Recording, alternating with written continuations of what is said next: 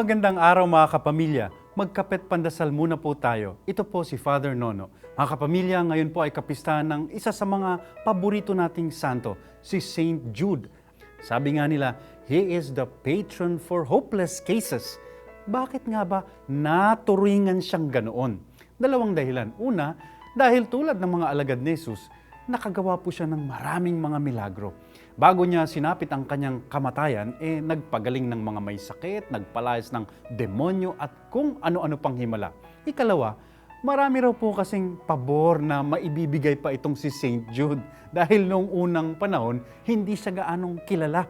Kahit kasama siya sa 12 orihinal na alagad ni Jesus, mas kilala kasi si Judas Iscariote, yung nagkanulo kay Jesus. Dahil doon, marami pa siyang reserbang pabor. Kung dadasal tayo sa Kanya, mapagbibigyan tayo agad. Yan po ang ayon sa tradisyon. Pero parang mali yatang sabihin yung hopeless case.